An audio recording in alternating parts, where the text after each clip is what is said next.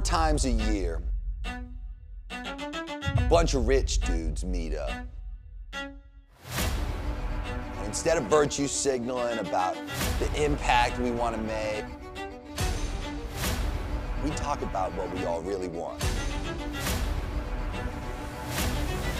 We talk about getting a lot richer.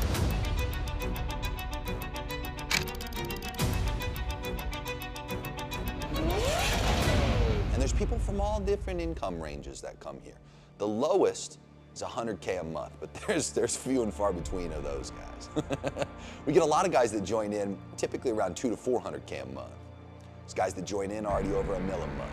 And in this particular case, for this event, all our speakers, we had 5 total awards that we gave out. We had 2 $5 million a month trophies and 3 $1 million a month trophies. And all those people, they get up in front of everybody, they talk about exactly what worked in order to hit those big numbers, and then they come out in the audience right after they're done and we network. We obviously go up to these people and ask them a fuckload of questions, all centric around what it took to hit those big numbers and get richer. Ladies and gentlemen, stand on your feet and give a standing ovation for the one and only $5 million a month Trophy Award winner, Mr. Ryan Clark. This first guy that we had after lunch, this is now his 2nd time that he's got in front of the group.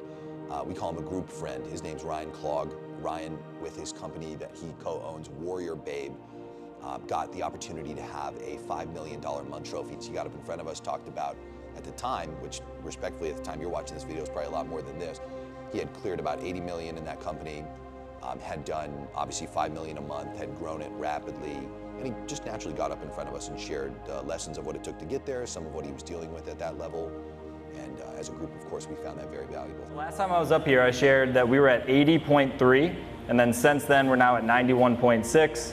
And then here is what happened over that July 1st through August. So in July and August, we did 5.4 and then 5.2. And we use WAP as well for another like 600 that's not shown on here. So you can see these massive spikes. So the massive spikes, that's a 600K day, and the other one was also a 600K day, but including WAP. And that is coming from us doing internal promotions and selling to our current customers. So I said I would beg and borrow and just not steal in order to win this, and we did, and we used back-end money, and we found pockets of current customers to extend their terms with us. So those were the biggest days in there. We still, during this period, hit the record new, but record new for us was a little close to 3 million. So over 4 million of this came from the back end, from current customers and selling them. My big why behind running this group is I participated in so many mastermind groups, and they all felt like empty shells. They're typically in some hotel room, ran by some guy who's clearly doing it just for the money. But the big motive, like the true motive, to be as transparent as I possibly can behind why I did this, every mastermind that I ever paid to participate in sucked to a degree. There were a few that I got some good relationships out of. There were a few special ones, but they were like one-off events. I needed something consistent. I needed something, in this case, that I could influence, and obviously that meant I needed to create it. And so that's what I did. We all take extremely seriously, not just myself, but in addition to that, the people that participate in it. We protect it, we kick out the wrong people, we only let in the right people, and more importantly than anything else, like you hear this cheesy word all the time, culture. Culture actually means something in this case. It's just a shared set of beliefs. And so when the right people come along with the right perspectives that we can nurture and take to an even expanded version of those same beliefs, we bring those types of people together and it turns into this truly incredible thing. And it's become exactly what I originally wanted it to become. Again, just a bunch of rich dudes transparently talking about what it takes to make a fuckload more money and, make impact with everything that we sell, to the people that we sell to. It's just rich people trying to get richer, it's so cool.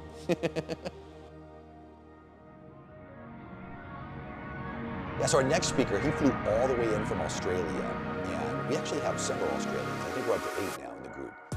This specific guy, Ben, he said, quote, he felt like a pussy, and as a result of feeling like a pussy, he decided to take a bigger bet. He had a proven webinar, it was profitable for him, and he just got pressed to scale it up rather than being small. He decided to spend $120K on his webinar, and that got him above the $1 million a month threshold. He was already at about $500,000 a month with his specific offer. We gave him $1 million a month award, and he got up and he shared his top lessons. So for the first 4 years, I didn't run any ads. All the business was run off organic. Focused a lot on the product, primarily because I didn't know anything about marketing when I first started. So this was basically us. So like for 4 years, I couldn't crack, first 3 years couldn't crack 100K, then we hit 200. And then I joined the group, I think in July. It was literally that month where we went from 200 to 1.1. It was a wild time. When I joined and went through the model with Jeremy, he essentially said, stop being a fucking pussy and rip it. So we went from 10K in a month. I'd never spent more than 10K in a month in ads, and went to 10K a day. And then we just sort of ripped a $1 million webinar. So I think like the lead up for me, like the first 4 years, we'd never run ads. So like I did every sales call for 2 years. I did one-on-ones with all my clients. I was literally just in the weeds trying to do everything to learn how to build this product and get the sales right. Especially on the webinar side, like I was fucking around with webinars for like 3 years. And what I realized is like for a webinar specifically, I was nearly giving too much value. Like I was just teaching them a bunch of stuff and then going, hey, do you want to join? And it didn't work. When we're at 200K, the thing that made all the difference was I was listening to the first Mastermind session around creating the model. And what I did was literally just reverse engineer, like Jeremy said, what $1 million in my business looks like a month, how much that is, how many sales calls I need to book, and then what the fuck do I actually have to do to deliver that? And I realized I couldn't do, because I was doing one-on-ones with all of our clients, I couldn't physically do one-on-ones with everyone. So we increased the price, went from 10K to 15K. I also rebuilt the model, so I don't do one-on-ones anymore, completely rebuilt how the product was delivered, and that allowed me to then take on those clients. It's just really unique to see how frequent it feels to have people achieving these outcomes. By no means will you join into the group and dramatically increase your probability of hitting $1 million months. That's not our implied claim by any means. It's simply something that we celebrate around here. It's something that we all aspire to. It's something that we all want to learn from, of course. And as a result of that, that becomes a part of what we all actively pay attention to and focus on and attempt to achieve as outcomes. It becomes the target. And once you hit that, of course, you try to go far bigger than where you're at in a reasonable, stable way.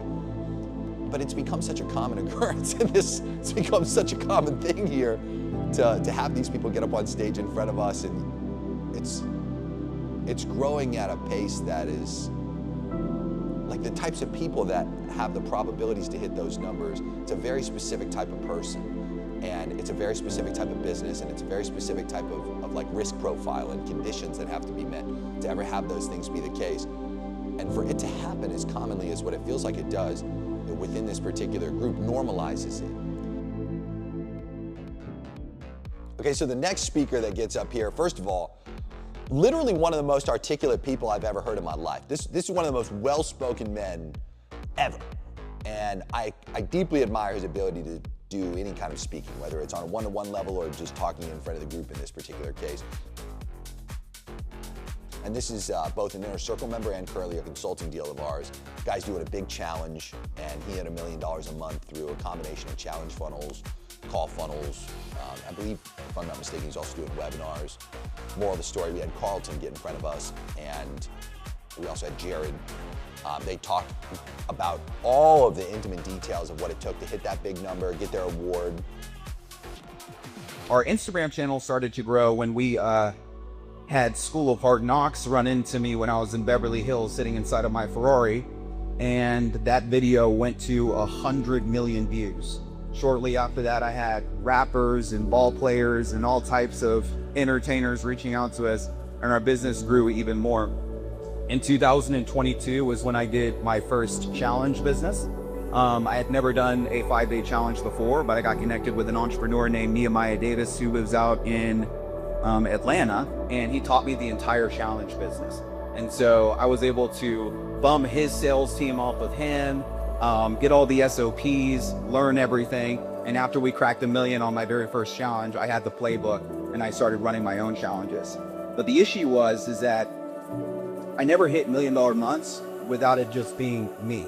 It wasn't until around into 2022, 2023 that I met Jared and we started growing our sales team.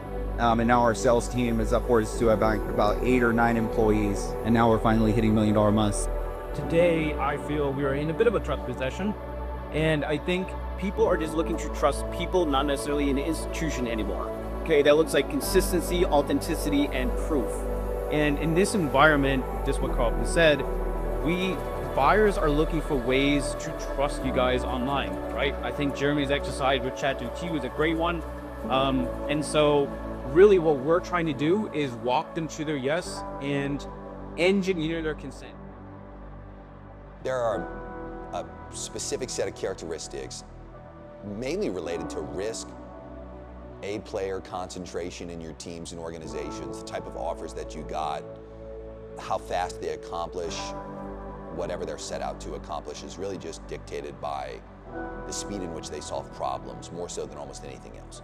There are plenty of people who join in, to be clear, that are slower and stay stuck, and we hold those people accountable. We make them hyper aware that they're directly holding themselves back.